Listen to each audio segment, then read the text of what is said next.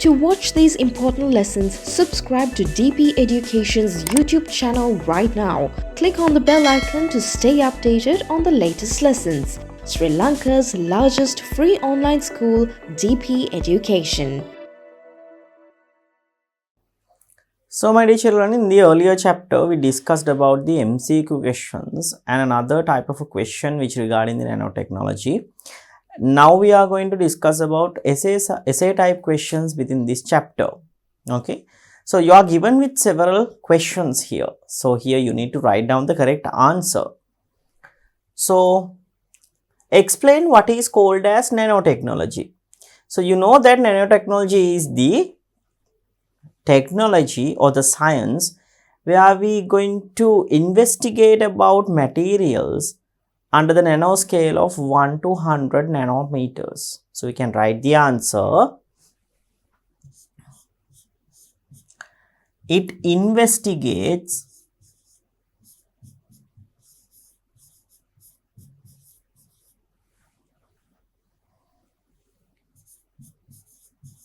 the properties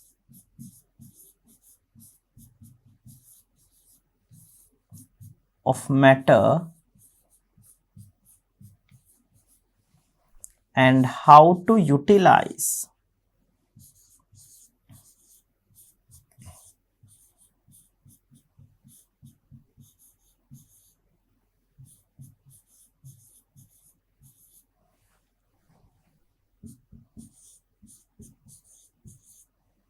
in the critical scale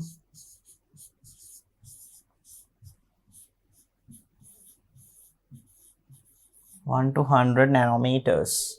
So it investigates the properties of matter and how to utilize these in the critical scale of 1 to 100 nanometers.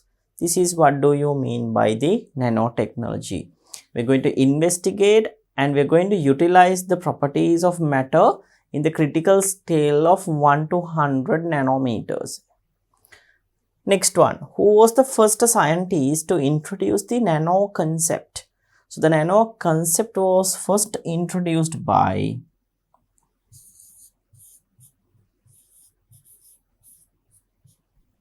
scientist Richard Feynman.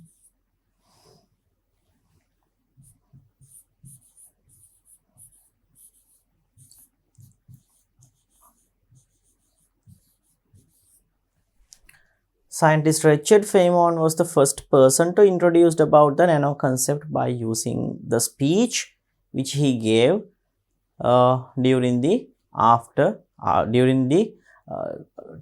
that time period in 1970s time period, my dear children. So he gave the speech about there is plenty of room at the bottom. So from that he gave the idea of nanotechnology first to the world. Okay. Next one, question number 3. Write the contribution given by each scientist for the field of nanotechnology. So Fraser Stoddart, Jean-Pierre Savage, Bernard Feringa. So these 3 people are the ones who won the Nobel Prize in 2016 for turning molecules into nanomachines, right? So we can write the answer. Won Nobel Prize.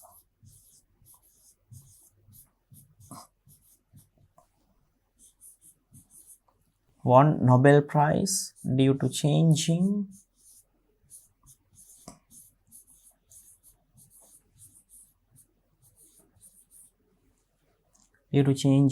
molecules into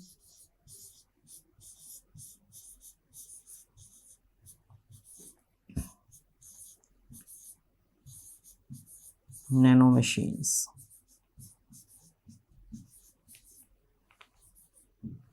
Right? Won Nobel Prize due to changing molecules into nanomachines. So this happened during in 2016. So I'll mention the year in brackets as well. Right. Next one. Dr. Eric Drexler. So he was the first person to write a book regarding the nanotechnology. So wrote the first book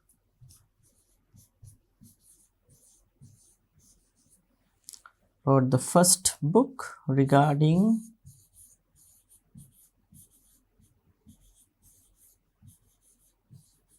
nanoscience.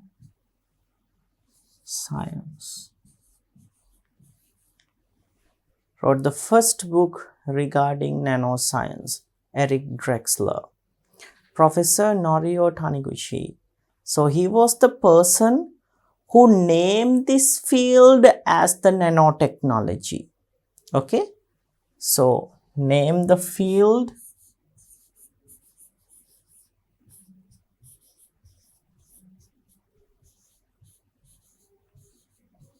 as nanotechnology.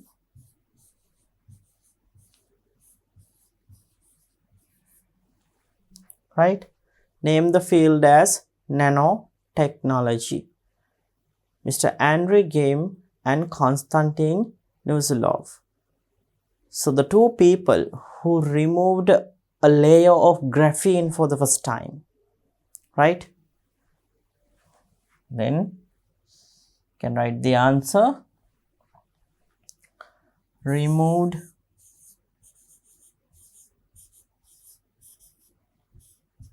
the first layer of graphene.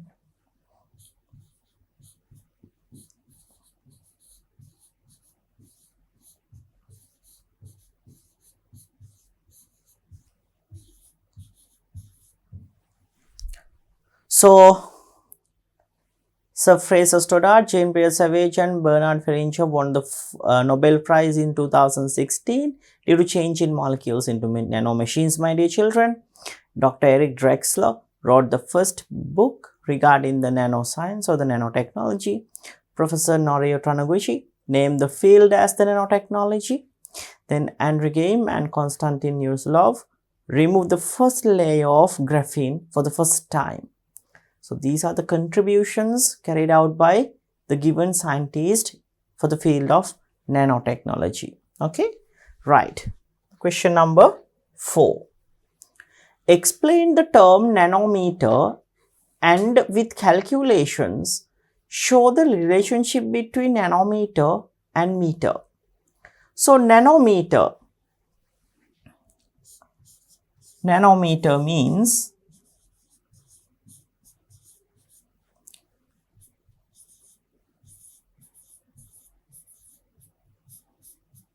1 billion of a meter, right?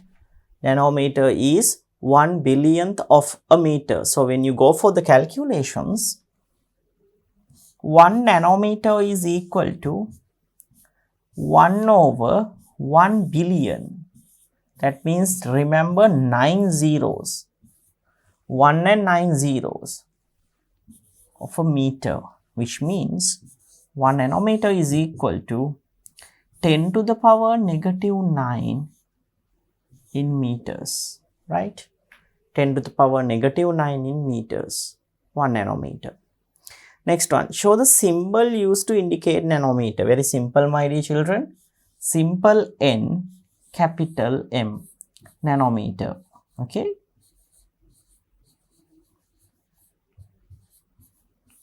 Simple N and capital M, nanometer. This is how to indicate nanometer by using the symbol, right? Okay then. Write how much is given tiny things in nanometers as an average value is enough. Person of 2 meter height. So 1 billionth of a meter is 1 billionth of a meter is 1 nanometer, no? So if a person is 2 meters in height, then 2 billion nanometers. 2 billion nanometers. 2 meters height person. Biological cells, 10,000 nanometers.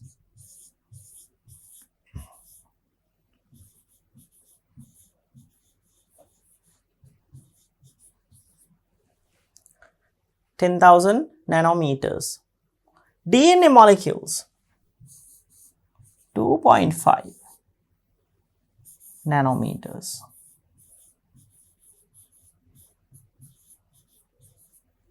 Right, 2.5 nanometers.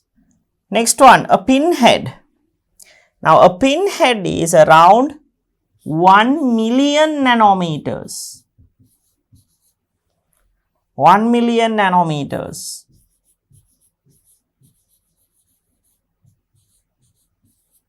Right, 1 million nanometers. Thickness of a paper, right? Thickness of a paper is around 100,000. Usually a normal paper is around 100,000 nanometers. We won't be able to observe around 80,000 nanometers. That is so much thin. Okay, I mean, like we won't be able, now usual paper, it's around 100,000 nanometers. 100,000 nanometers.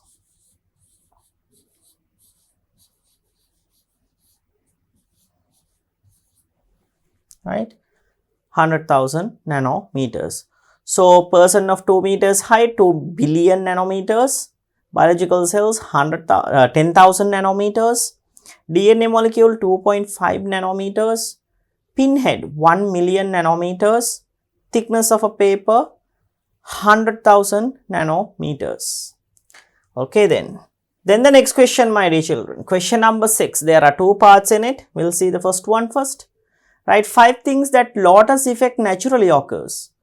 So naturally occur in places or instances, right, that we can observe the lotus effect. So the hydrophobic nature. Number 1, lotus leaf. Very simple, right? Number 2, wings of insects.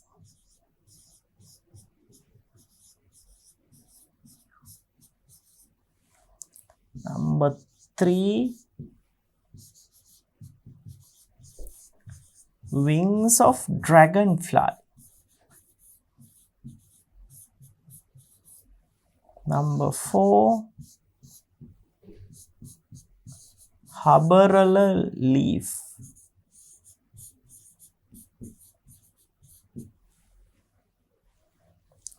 Number 5, wings of beetle. So lotus leaf, wings of insects, wings of dragonfly, haberala leaf, and some wings of beetles, we can observe this lotus effect. Okay, so lotus effect means, my dear children, that's the hydrophobic nature, right? Hydrophobic nature. Next one, write 5 things which are man-made, which utilize the lotus effect. Man-made things that is going to utilize the lotus effect. So number 1, windscreens of vehicles. So a nano coating that utilize the lotus effect is being coated on the windscreen, right? So by that way the lotus effect is resulted. So the water will not get retained within the surface. So it's quite easy to drive within a rainy time period. Okay. So windscreens of vehicles. Number 2, in raincoats.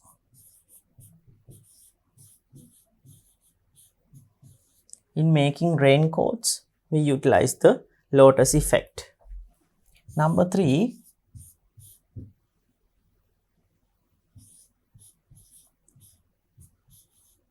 clothes, right? Clothes. Number 4, socks, right? Then number 5, I'll mention it in here, shoes. right? So windscreens of vehicles, raincoats, clothes, socks and shoes, right? So these are the things which are man-made. I mean, like, these are consumer goods, right, that utilize the lotus effect. Windscreens of vehicles, raincoats, clothes, socks, shoes. So socks, that thing. So I'll remove that thing. I'll mention umbrella, right? So in making umbrella also, different kinds of umbrella, we utilize the lotus effect. Socks you have heard already, no? So I'll remove that thing. I'll mention as umbrella. Different clothes in making raincoats, windscreens of vehicles, and in also shoes, we use the lotus effect phenomena, right? Then the question number 7. Explain what is called as lotus effect. Very simple, my dear children. Lotus effect is the hydrophobic nature of the surface, right? Hydrophobic nature of a certain surface is called the lotus effect.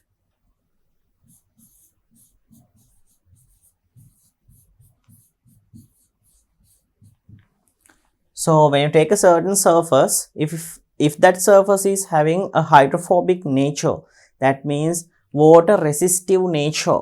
So that means, my dear children, it is going to show the lotus effect. Okay. So hydrophobic nature of a certain surface is called the lotus effect. Next one. What is the reason for lotus effect? What is the reason for having this kind of a lotus effect? I mean, like, the hydrophobic nature. Because of having nanoscale particles or nanoscale materials on the surface, right? So due to having nanoscale particles,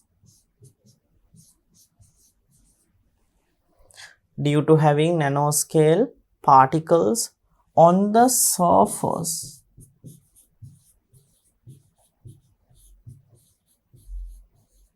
surfaces that can repel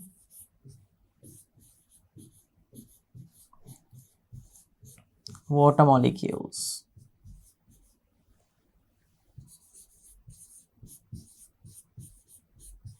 Right.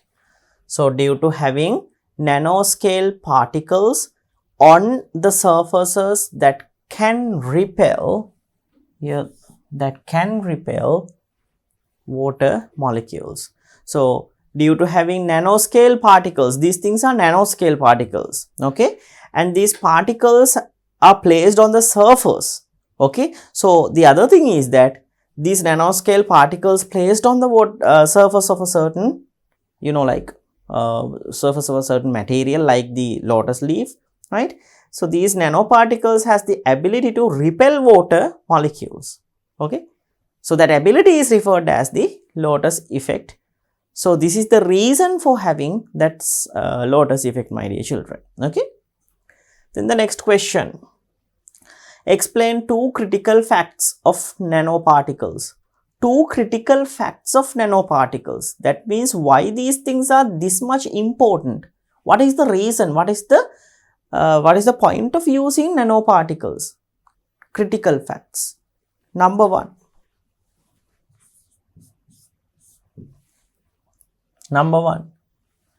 Having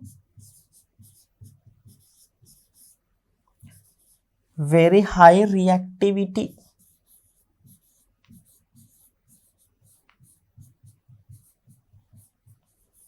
Right? Having very high reactivity due to increasing surface area.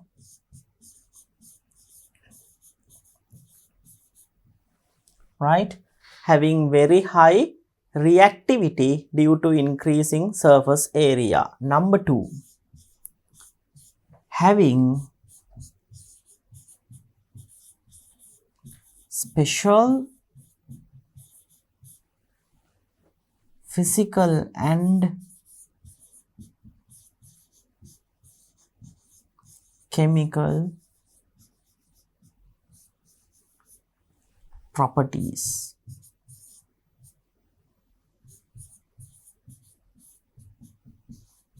So these things have, right, these things have high reactivity due to increase in the surface area. Then the other one is, these things also have special physical and chemical properties, once again because of changing or because of increase in the high surface area. Okay, so they have physical and chemical properties, high or special physical and chemical properties, and also, my dear children, they have high reactivity, right? Nanoparticles, that is why these nanoparticles are very important, right?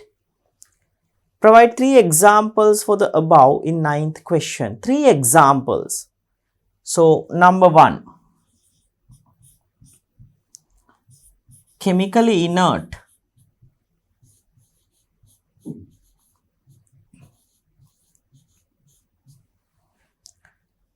Chemically inert gold is active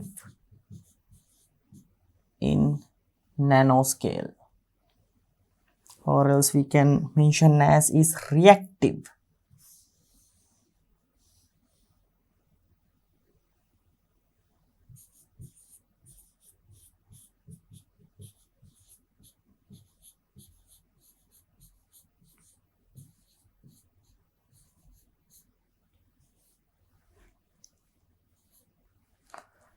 So, chemically inert gold is reactive in nanoscale. First example, gold is an inactive material. Usually it is an inactive material, but however in nanoscale it is very reactive. Okay, next one, number 2, gold showing different colors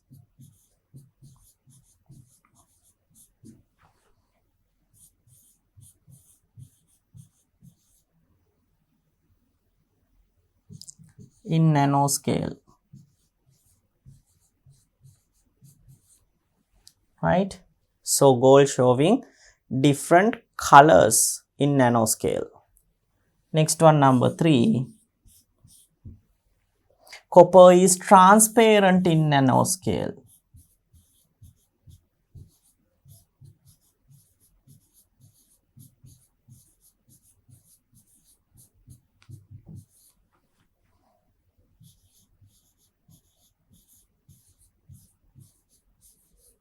Right?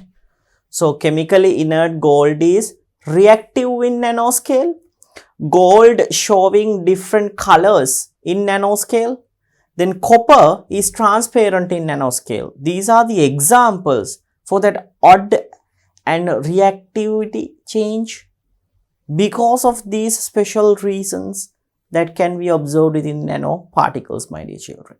Okay? Right then.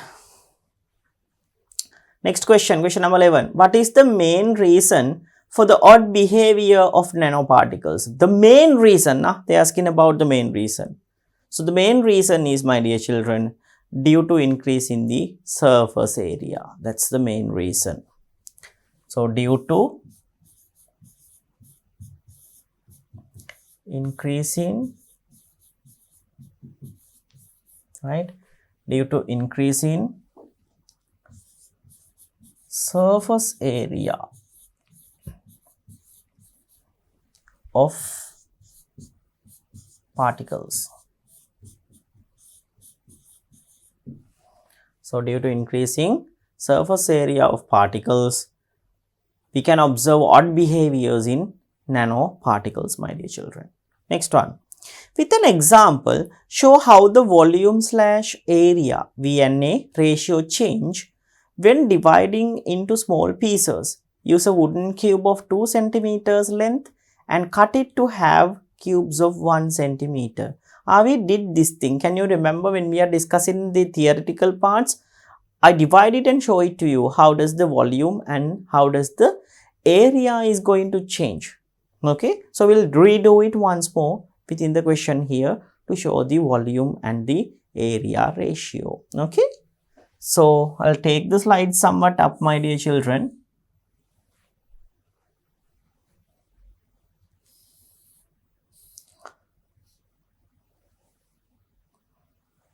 So let's take a cube first.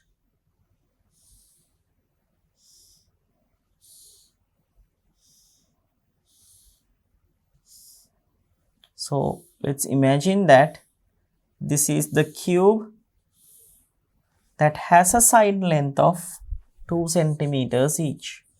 So here 2, and once again in here also 2. So the volume of this one is 2 times 2 times 2. You know that volume is equal to LBH, length, breadth into height. So it's equal to 8 cubic centimeters volume. So area in here is equal, my dear children. There are 6 surfaces, 1, 2, 3, 4, 5 and 6. One surface is having 2 times 2, which is 4 square centimeters.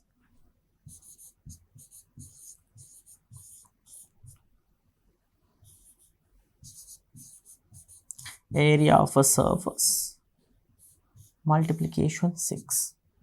So 4 square centimeters times 6, 24 square centimeters, the area. So area of a surface, you multiply it by 6, 1, 2, 3, 4, 5 and 6. Then 4 times 6, it's equal to 24 square centimeters. Now let's go for the other one. Right? Here we are going to cut this thing so that to have very small boxes like this.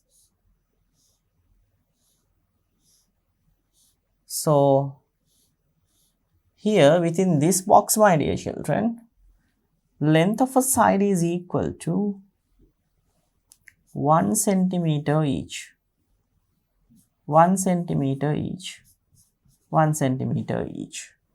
So first of all, let's see how much of such boxes can be cut by this one. So we know that, can you remember, we discussed that we can divide the volume of this one by this particular one, and by that way we can find out the number of boxes that we can cut.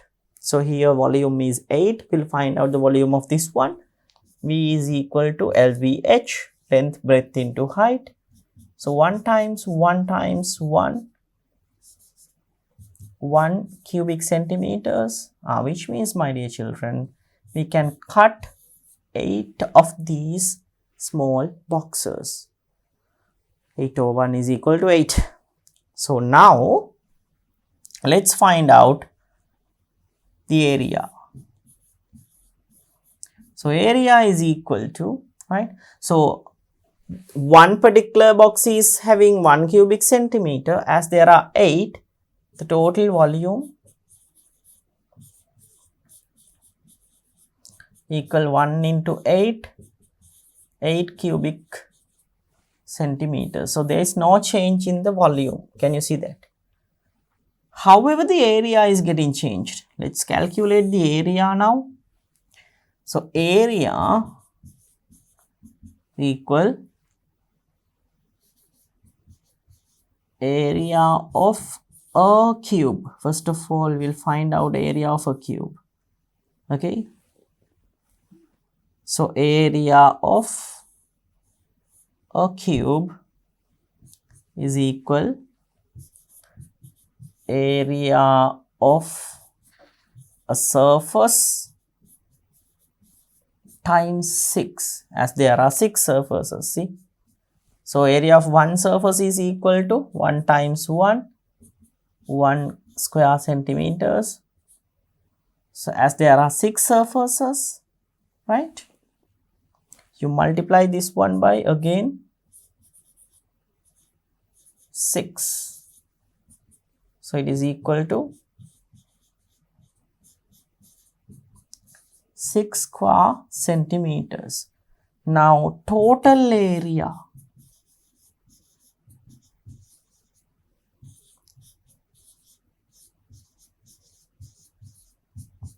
right? So area of a surface into 6, so area of a cube. So the total area is equal to now 8 cubes. 6 times 8, 48 square centimeters. So previously 24, now 48. So when you cut into small pieces, you can clearly observe that volume is not getting changed. However, the surface area is getting doubled according to the size. Now we have cut it into half now, so it is getting doubled. Okay, right then. So in here, volume, right? Okay. So this is the, right? This is how we can show the change in area and volume, my dear children. So here we took a cube that has a side length of 2 centimeters. We found out the total surface area. Then it is equal to 24. We found out the total volume. It's equal to 8. If the same volume is there, then this one is also having 8, which means, my dear children, we can cut into 8 smaller cubes. Okay. So in here, area of a cube is equal to area of a surface. Once again, multiplication 6. So one cube is having 6 square centimeters of an area. So when you multiply by 8, you can calculate the total area of 8 of those cubes. So it's equal to 48. So even though the volume is not getting changed, the surface area is dramatically changing. Okay. So that's what happens in the nanoparticles, right? Okay. Mention the 3 main types of electron microscopes. Electron microscopes, the 3 types. So scanning probe,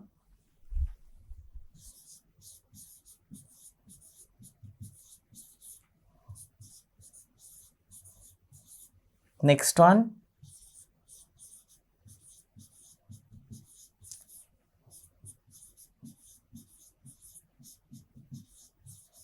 scanning tunneling, then atomic force.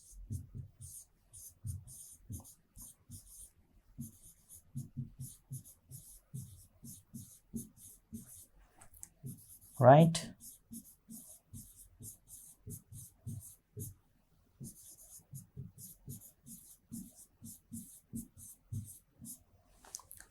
So scanning probe microscope, scanning tunneling microscope, atomic force microscope.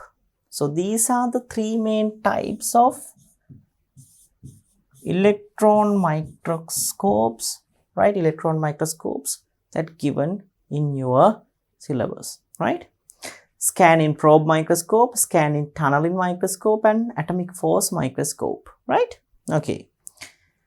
Then next one, question number 14. What is the main element used to make nanomaterials? The main element that we use to make nanomaterial is, my dear children, carbon. There is no argument in that. Carbon is the main element, right? Over there, carbon graphite is the one that we use more often. Carbon. C. Capital C is the symbol, right? Okay then. Question number 15. Mention the 2 main types of polymorphs of carbon. Polymorphs. So polymorphs means, my dear children, you already know polymorphs are the ones that show allotropy. Allotropy means same element but different forms. So there are 2 polymorphic forms of carbon, right? Graphite and diamond. So graphite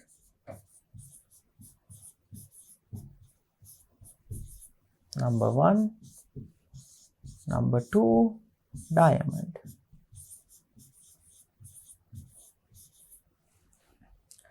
Next one, question number 16. What is the definition for allotropy or polymorphs? Really simple, my dear children.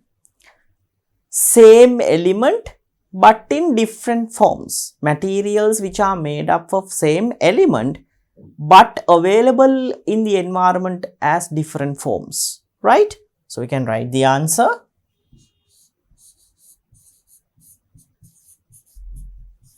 Materials, right, which made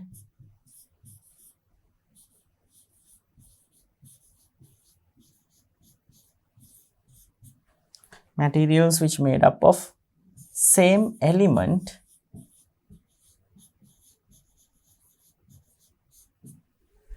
but available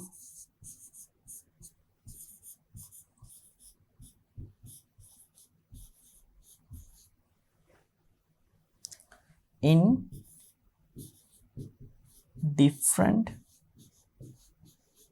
forms. So materials which made up of same element but available in different forms in nature. So these are the ones which are called as polymorphs. So polymorphs are the materials which made up of same element, however available in our environment in different forms, right? Next one. Write 2 significant features of carbon graphite. 2 significant features of carbon graphite. Number 1. In each carbon atom, there are 3 bonds. Okay?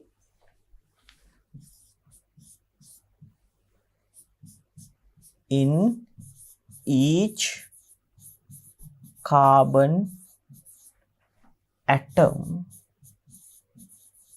there are 3 bonds, right? So in each carbon atom there are 3 bonds. Number 2, there are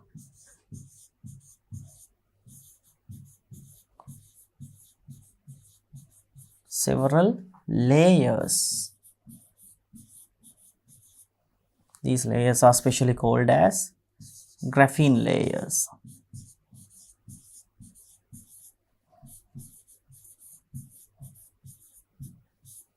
So there are several layers in the structure of carbon graphite, and each carbon atom, when you take each carbon atom, there are 3 bonds. Next one, write 2 significant features of carbon diamond.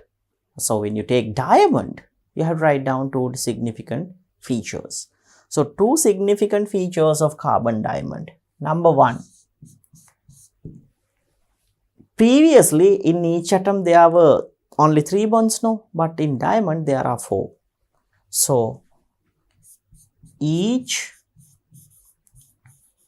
carbon atom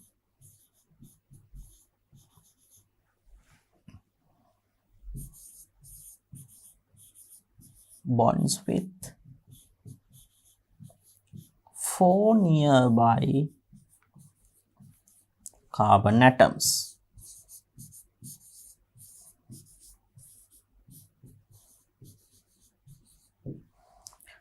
Each carbon atom bonds with 4 nearby carbon atoms.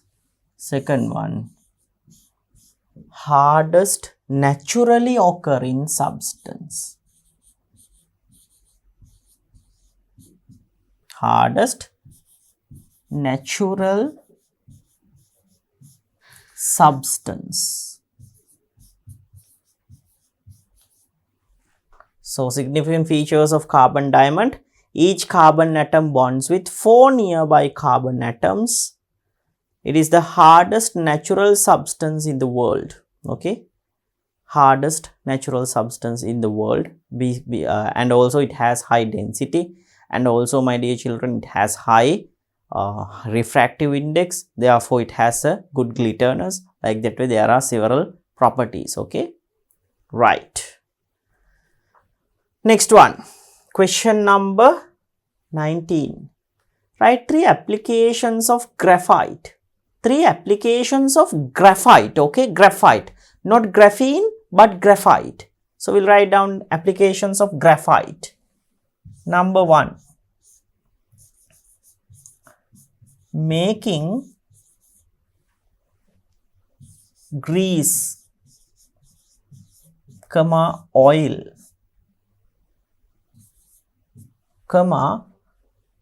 lubricants,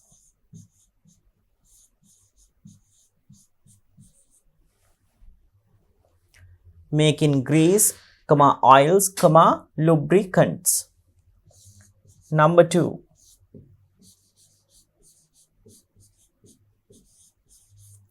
making pencils. Number 3,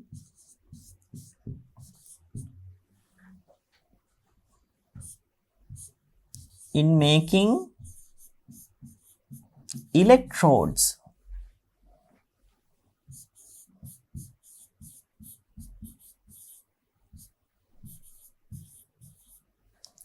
So in making grease, oils and lubricants, my dear children, we use that slippery nature of graphite. Okay, then in making pencils and in making electrodes, in making electrodes, you know that graphite can conduct electricity. So that's why we can use this thing in making electrodes. Right, next one. What is called as graphene? State 2 significant features of graphene in making nanomaterials. So what is graphene? One single layer of graphite is referred as graphene. One single layer from graphite structure.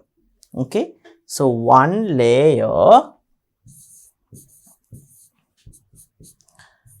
single layer of graphite.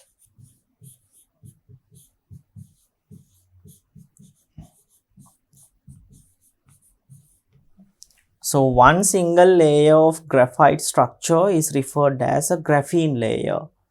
2 significant features. Number 1, very thin.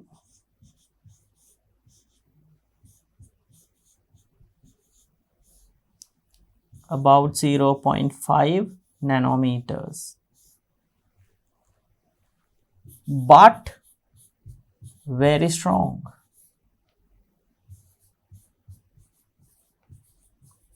Right, very thin, about 0.5 nanometers, but however it is very strong. Right, next one, flexible. Right, flexible. Even though it is very thin, even though it is very strong, it's very flexible. Right, significant features of graphene.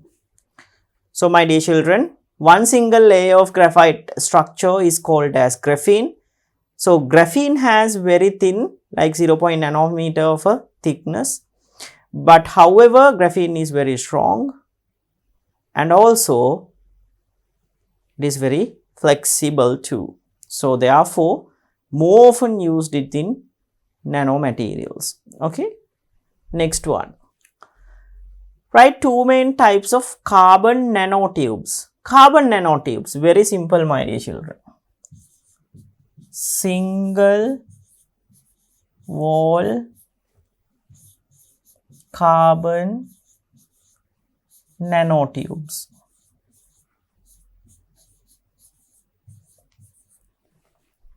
Single wall carbon nanotubes. Then the next one is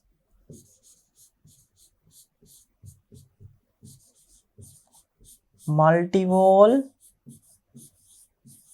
carbon nanotubes.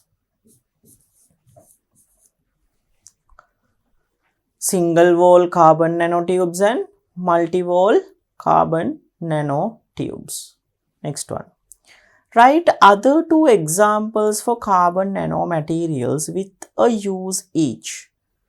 Two other examples, that means except for this thing, two other examples for nanomaterials and with a use.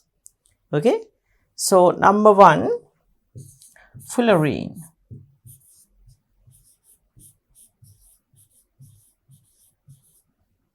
So, we use fullerene in making consumer goods.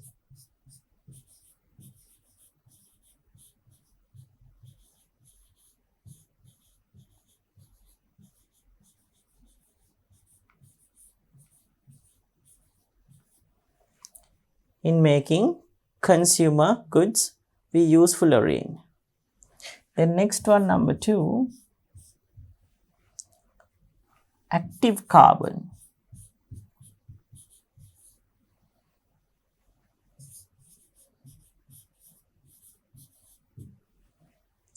So, we use active carbon in cosmetic industry.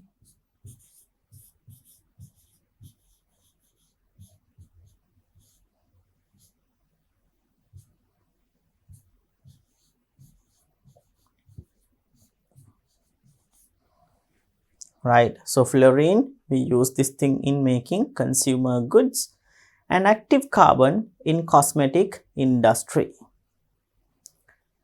Right.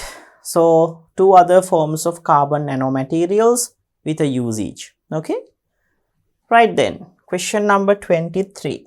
Mention two examples for nature-made nanomaterials. Two examples for nature-made nanomaterials. So, nature-made nanomaterials, right? Lotus and Haberla leaves, nature-made nanomaterials. So, hydrophobic nature of those things are nanomaterial based. So, we can write nanoparticles of lotus, Haberla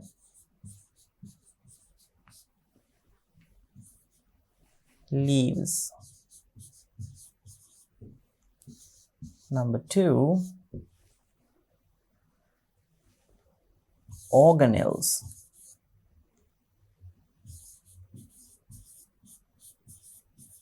Right? Organelles in a cell. So, nanoparticles of lotus and Haberla leaves, and also organelles in a cell, right? These things are, right, or these things are called as, or these things are good examples for nature-made nanomaterials, my dear children, right? So, organelles in a cell and nanoparticles of lotus and Haberla leaves. Next one. What are called as organelles in a cell, right? Organelle in a cell. What are called as organelle in a cell? Mention two such organelles. So, organelles are the small structures present within a cell that performs specific functions needed for the cell. Okay, nanoparticles or nanomaterials present within a cell that performs specific biological activity which needed for the cell. Okay, so we can write the answer. Special structures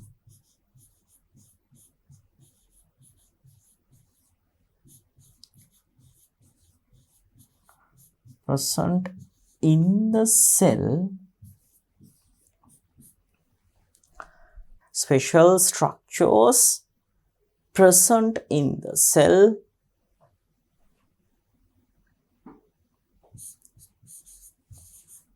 that performs,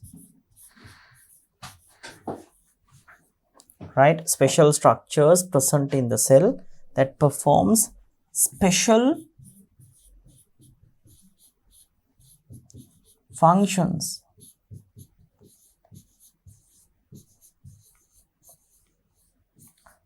needed for the cell.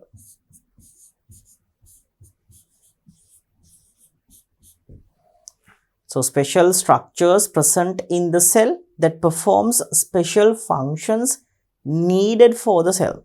Okay, so those are the ones which are called as organelles. Okay, special structures present in the cell, right? Special structures present in the cell that perform special functions needed for the cell.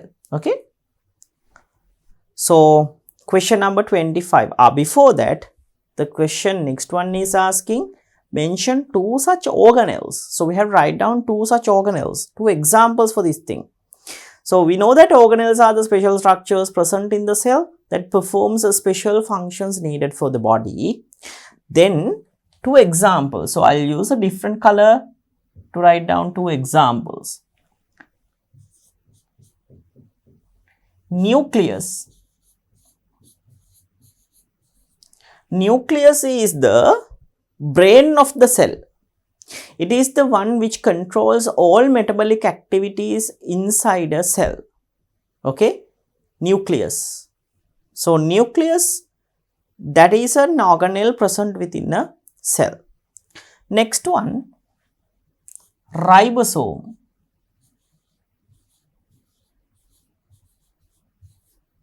Ribosome. Mitochondrion is also correct. A different one. We discussed about mitochondria in earlier parts now. So ribosome. Ribosome is a special tiny structure, nanostructure that can build up proteins which needed for your cells. So the function of ribosome is the synthesis of proteins. Okay, synthesis of proteins. So you'll be learning about these things when you go further with the grades, my dear children, right? This is just a simple introduction for you guys. Okay, right then. Mention three examples where nanotechnology is used in the field of power generation. In the field of power generation. So in the field of power generation, we use the nanotechnology. Like in what? Number one, in making flexible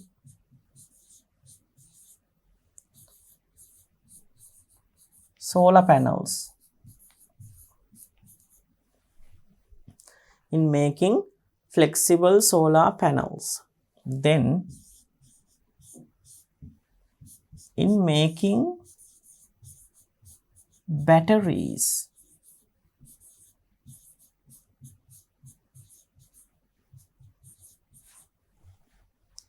In making batteries with high capacity.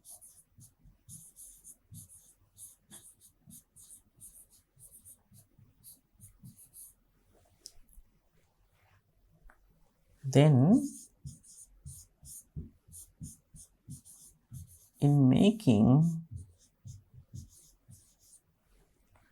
durable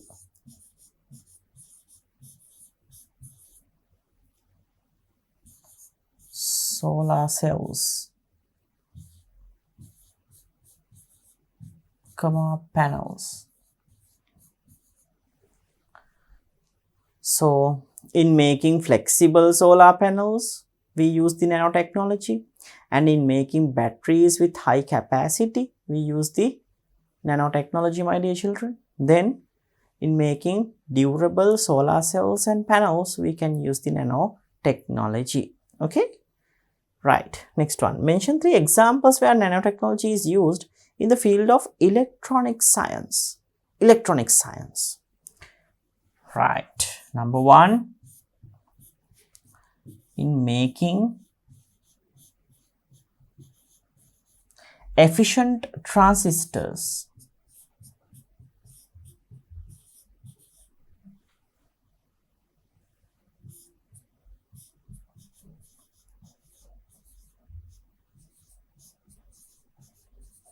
Right, in making efficient transistors. Number two, in making computer chips,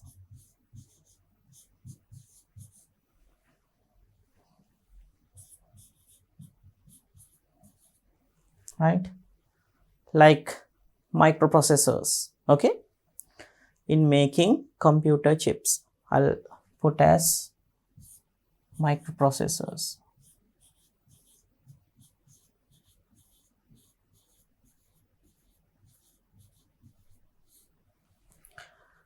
So in making computer chips, in microprocessors especially, we use the nanotechnology. Number 3,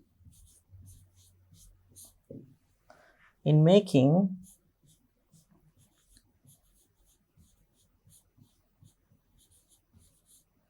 storage devices.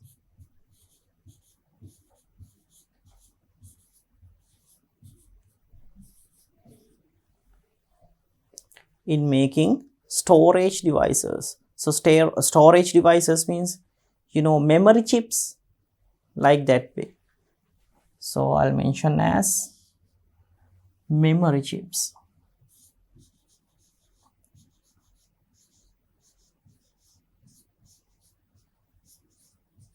And also drives. Memory chips and drives, right? So in making storage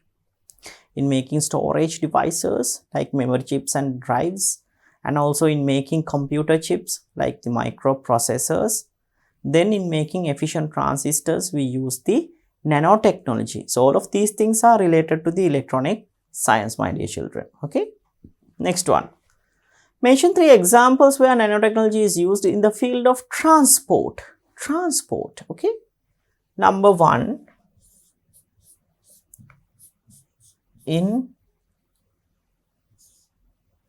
production of vehicles.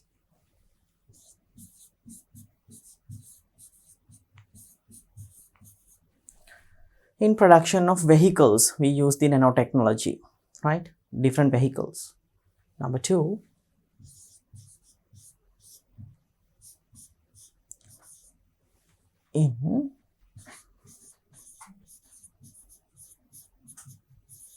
in production of fuel, right? In production of different fuel items, we use the nanotechnology. Next one,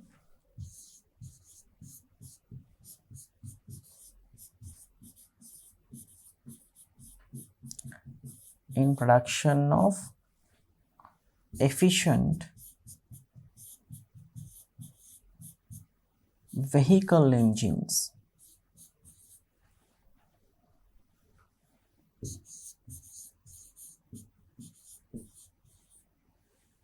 With better fuel consumption, right? So in production of efficient vehicle engines with better fuel consumption, we use the nanotechnology, my dear children. Okay, so in production of vehicles, in production of fuel, and in production of efficient vehicle engines with better fuel consumption, we use the nanotechnology. Okay, we use these nanotechnology. Next one, mention 3 examples where nanotechnology is used in the field of medicine. Right, number 1, to treat cancers.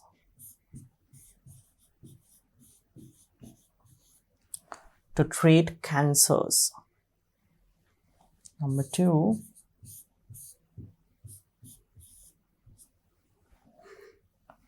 to make medicines, drugs, right? To make medicines and drugs, we use the nanotechnology. Next one,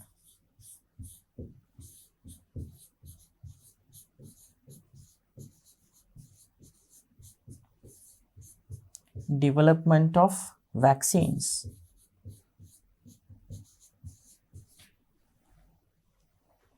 So for the development of vaccines also we use the nanotechnology.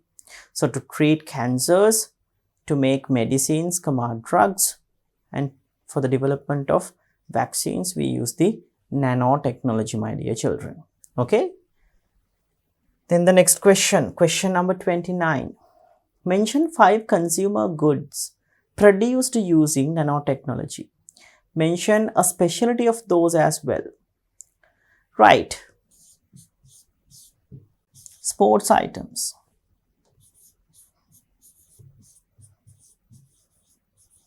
Specialty is if they are made up with nanoparticles, my dear children, especially, badminton rackets, tennis rackets, right?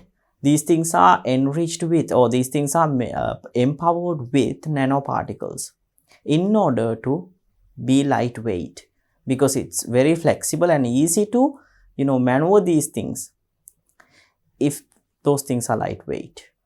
So, sports items are made by using nanotechnology, sports items like rackets and shuttles, okay, because these things are going to be in lightweight. So lightweight is a special feature.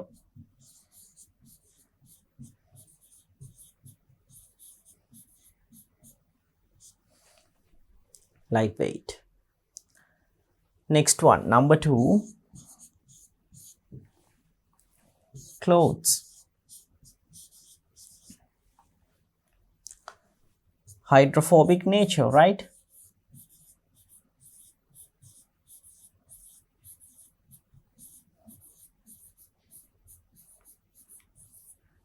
Right?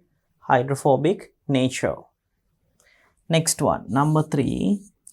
Number 3, my dear children, glass or windscreens.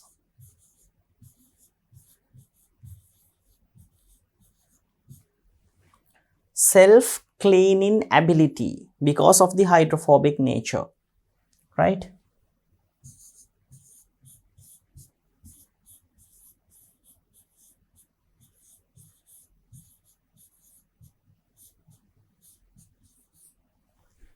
Self-cleaning ability.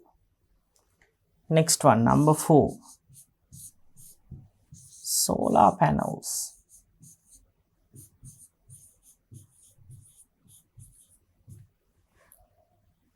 Durability and flexibility.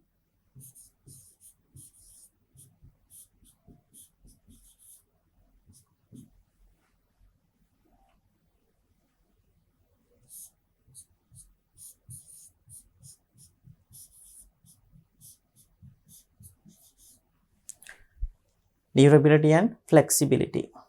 Then number 5,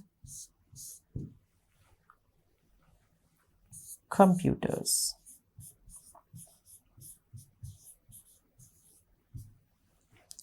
Computers.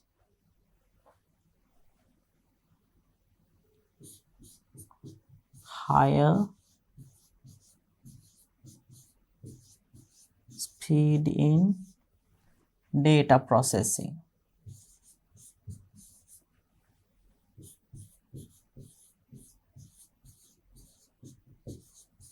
Right. So 5 consumer goods and with a specific property if they are enriched with or if they are empowered with nanoparticles. Sports items, lightweight. Clothes, hydrophobic nature. Glass and windscreens, self-cleaning ability because of the hydrophobic nature, right? Then solar panels, durability and flexibility. Then computers, high speed in data processing, right? As they have very efficient transistors, right? So these are like 5 different kinds of consumer goods, right, which is produced by nanotechnology, and because of use in nanotechnology, special features that we can observe within these goods, my dear children. Okay, right. Mention 5 future conditions that may arise because of development of nanotechnology. Right? Mention 5 future conditions that may arise because of development of nanotechnology. So what are the things that may arise, favorable and unfavorable both. Okay, so we can write number 1,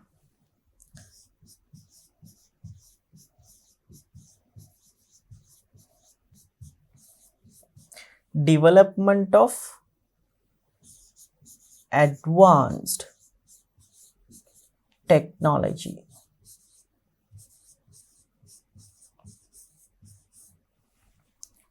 Right, development of advanced technology like robotics, artificial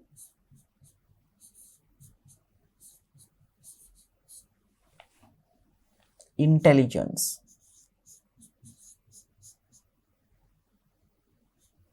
or else in simple I'll mention as AI.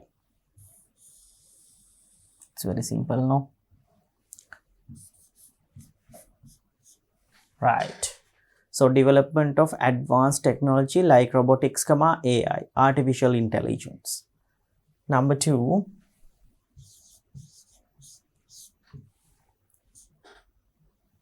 war conditions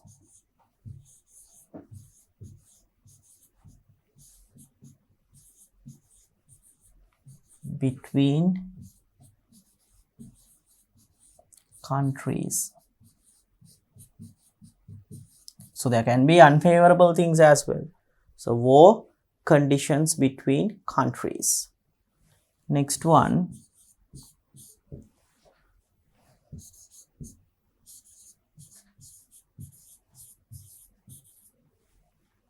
advanced machines, or else advanced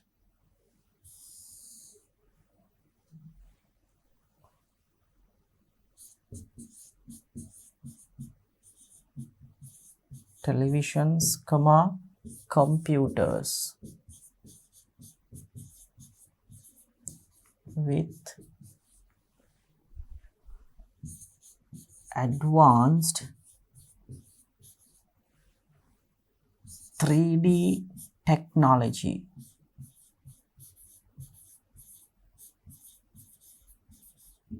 Right, so advanced televisions, computers with advanced 3D technology can come across to the world.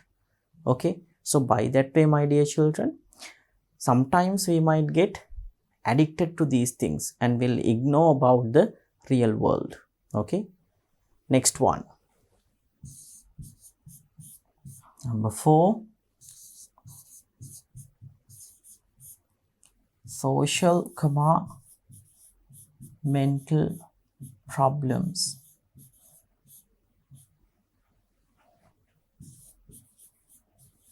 Right, social, mental problems will arise for sure for the people. Right, next one, finally, because of improper disposal of these materials, environment pollution. Right,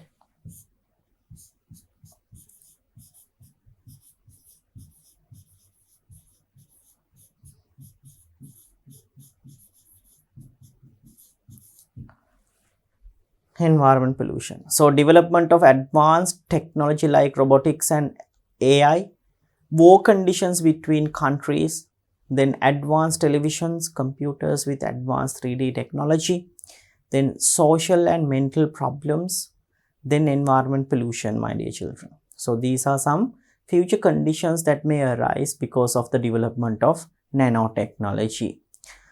So my dear children, with that one, we have answered like 30. So here, the final question, we have answered 30 essay type questions related to the nanotechnology. So we got a vast idea about the nanotechnology, and we even answered several questions regarding this nanotechnology lesson part, my dear children.